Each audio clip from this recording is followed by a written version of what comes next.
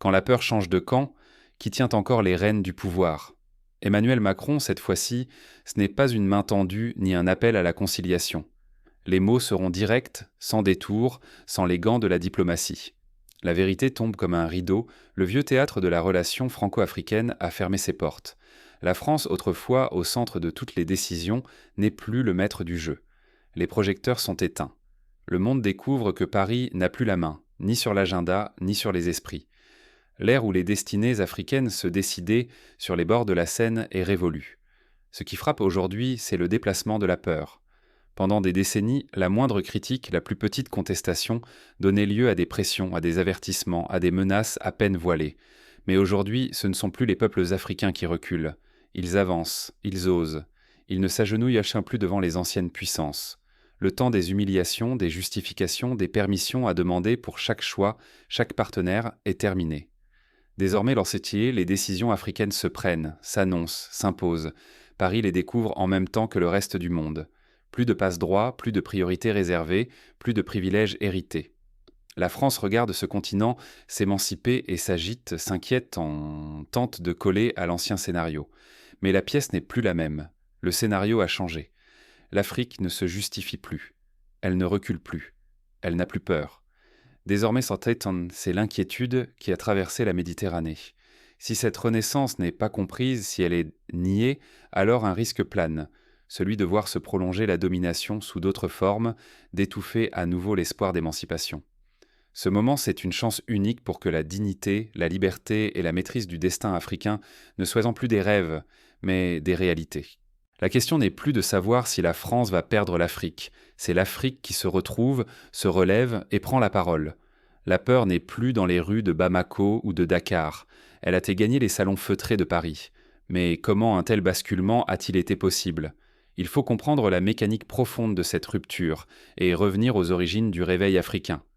Pour saisir la portée de cette révolution silencieuse, il faut remonter aux premiers signes d'un divorce annoncé et analyser comment chaque étape a préparé le terrain de l'émancipation.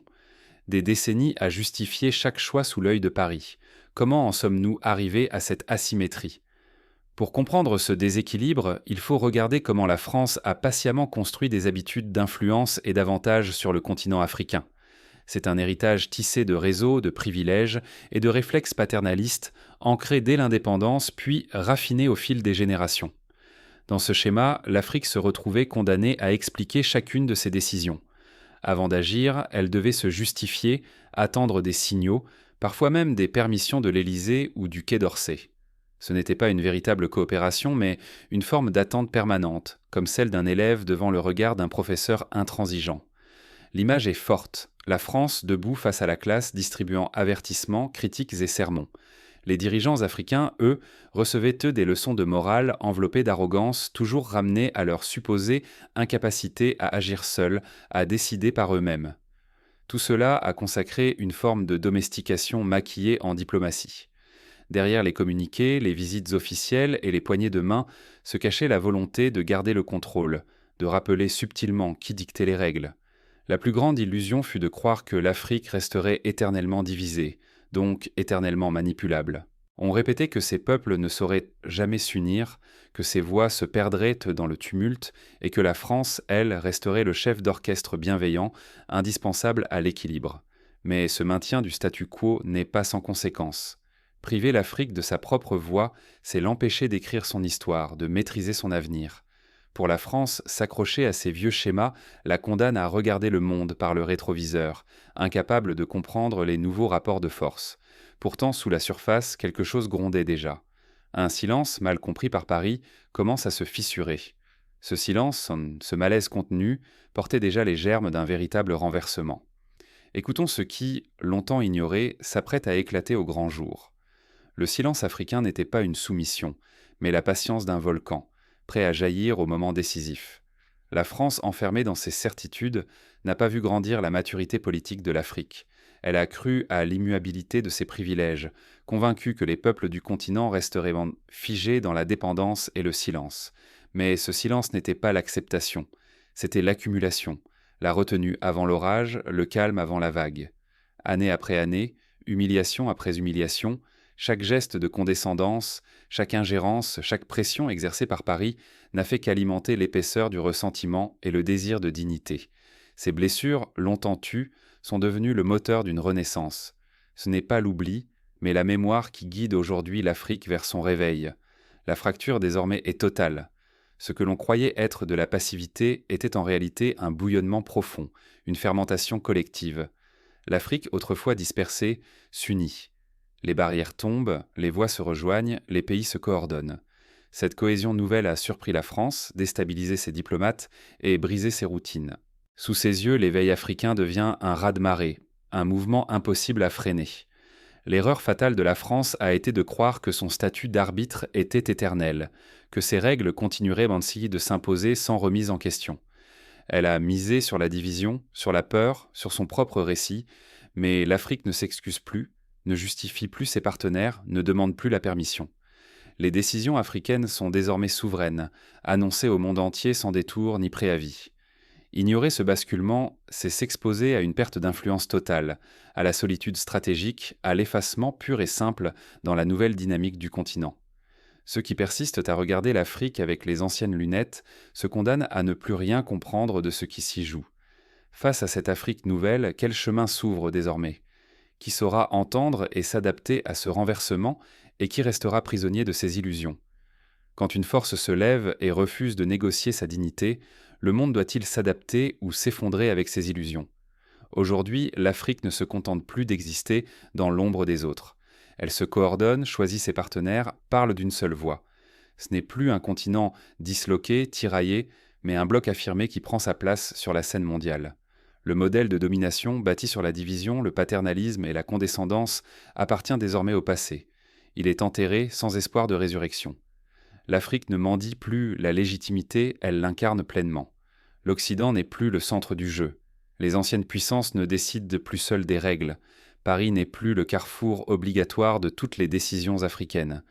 La voix africaine résonne directement du continent aux oreilles du monde, sans passer par aucun filtre. Face à ce réveil, la France ne peut plus dicter, influencer ni retarder la marche des peuples africains. Les conseils paternalistes, les avertissements enveloppés, les ultimatums cachés sous de belles formules n'ont plus de prise. L'Afrique avance, indifférente aux anciennes méthodes. Cette dynamique est irréversible. L'Afrique n'attend plus d'approbation, elle agit, elle décide, elle s'impose sans complexe. Chaque choix est assumé, chaque partenariat est souverain. Il n'y a plus de justification à donner à quiconque. L'époque de la dépendance narrative est révolue. Pour la France, la question n'est plus de maintenir l'influence, mais de se réinventer ou disparaître. S'adapter ou s'effacer, telle est désormais la réalité. C'est la réputation, la pertinence et même l'avenir national qui sont en jeu. Rester figé dans l'illusion de la grandeur, c'est accepter de devenir marginal, spectateur d'un monde qui change sans soi. Pour l'Afrique, le pari est encore plus vital. Souveraineté retrouvée, unité renforcée, capacité à faire respecter ses intérêts. Les peuples reprennent en main leur histoire. Les dirigeants ne craignent plus de déplaire à Paris. C'est un mouvement de fond, bien au-delà des gouvernements de passage ou des incidents diplomatiques. Ce basculement n'est pas une simple crise, c'est une renaissance. L'Afrique n'écrit plus ses chapitres à la plume des autres. Elle façonne ses règles, définit ses priorités et s'impose sur la carte du monde avec assurance. Mais dans cette ère nouvelle, un enjeu demeure. Il ne suffit pas de se libérer du joug, il faut transformer cette liberté retrouvée en progrès concret pour chaque citoyen. La révolution géopolitique doit devenir révolution sociale, économique, humaine. Alors comment traduire ce réveil collectif en bénéfices tangibles pour les peuples ? Que devons-nous retenir de cette leçon d'histoire qui bouleverse tout un ordre établi ?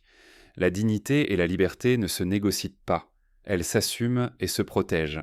C'est une vérité simple, mais puissante, celle d'un continent qui a compris que son avenir dépend de sa capacité à écrire son propre récit, sans filtre, sans tutelle, sans validation extérieure. L'Afrique doit continuer à tracer sa route en refusant toute censure et toute réécriture de son histoire par d'autres. Écrire sa propre histoire, c'est choisir ses mots, ses héros, ses combats et ses espoirs. C'est refuser que d'autres imposent leur perspective, leur chronologie ou leur interprétation de nos rêves. L'unité, la fraternité et la cohésion sont des forces inarrêtables.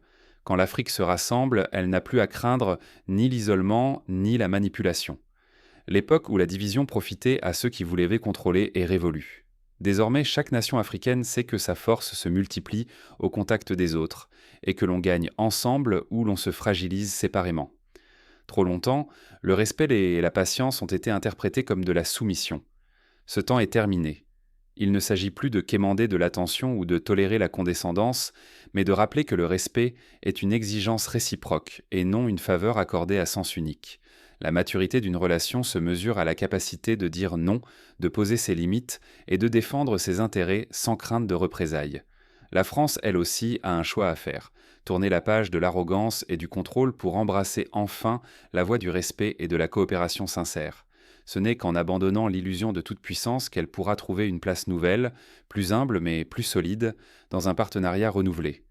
Le temps des privilèges automatiques et des leçons administrées est révolu. Vient celui de l'écoute, de la co-construction, du dialogue d'égal à égal. La véritable force naît de l'émancipation partagée et de la reconnaissance mutuelle. Chacun a à gagner dans cette révolution. Pour l'Afrique, c'est la conquête définitive de la dignité et de la maîtrise de son destin. Pour la France, Mantubi, c'est l'occasion de se réinventer, non plus comme puissance tutélaire, mais comme amie respectueuse d'un continent debout. Ne pas tirer ses leçons, c'est s'enfermer dans le ressassement des erreurs passées, perdre du temps, trahir sa dignité, hypothéquer l'avenir. L'histoire ne tolère plus les retards, ni les réveils tardifs. Le monde avance à grande vitesse et ceux qui refusent d'écouter le pouls du présent risquent de s'effacer dans l'indifférence ou le regret. Mais alors, face à cette rupture, à cette renaissance, sommes-nous vraiment prêts à enterrer l'ancien monde et à embrasser le suivant? C'est la question décisive qui nous attend, car l'avenir ne se construira pas sur les ruines de l'orgueil, mais sur la clarté du choix. Le seul verdict qui compte, qui décide pour vous aujourd'hui? Posez-vous la question. Qui écrit votre histoire? Qui choisit votre horizon? Qui donne la couleur à vos rêves? Pendant trop longtemps, d'autres ont tenu la plume.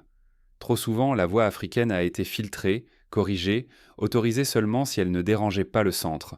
Aujourd'hui, ce temps est révolu. Regarder le monde sans filtre, c'est refuser de porter des lunettes déformantes, c'est oser voir et nommer la réalité telle qu'elle est, sans la prouver ni la justifier pour plaire à qui que ce soit. Assumer sa voix, c'est affirmer « Ce poste titard en... » Je parle, et c'est suffisant. Je choisis, et personne ne m'attend au tournant pour valider ou corriger. C'est refuser de s'excuser, de se plier, de demander la permission à un ancien centre qui n'a plus d'emprise sur le présent. Prendre la parole, c'est prendre son destin en main. Rester silencieux, c'est laisser d'autres, c'est écrire votre histoire, dicter vos priorités, définir vos rêves à votre place. Chaque fois que l'Afrique ose s'exprimer sans détour, ce n'est pas une provocation, c'est un acte de souveraineté. Chacun de ces mots, chaque décision assumée, chaque silence brisé, dessine un nouveau chapitre où le centre de gravité a changé. C'est cela la véritable révolution silencieuse. Ne plus attendre l'approbation de Paris ou d'ailleurs, ne plus s'agenouiller devant l'illusion de conseils éclairés venus d'en haut. C'est accepter que la foudre ne tombe plus de l'extérieur, mais que la lumière vienne de l'intérieur. L'histoire n'est plus écrite par procuration. Elle sera écrite par celles et ceux qui ont choisi de voir le monde de leurs propres yeux, de parler avec leurs propres mots. Alors, à vous qui m'écoutez, la seule validation qui compte, c'est la vôtre. Regardez autour de vous, écoutez ce qui résonne en vous. Ne cherchez plus la permission d'exister, la permission de penser, la permission de choisir. Le centre n'est plus où il était. Il est là où vous décidez de poser le pied.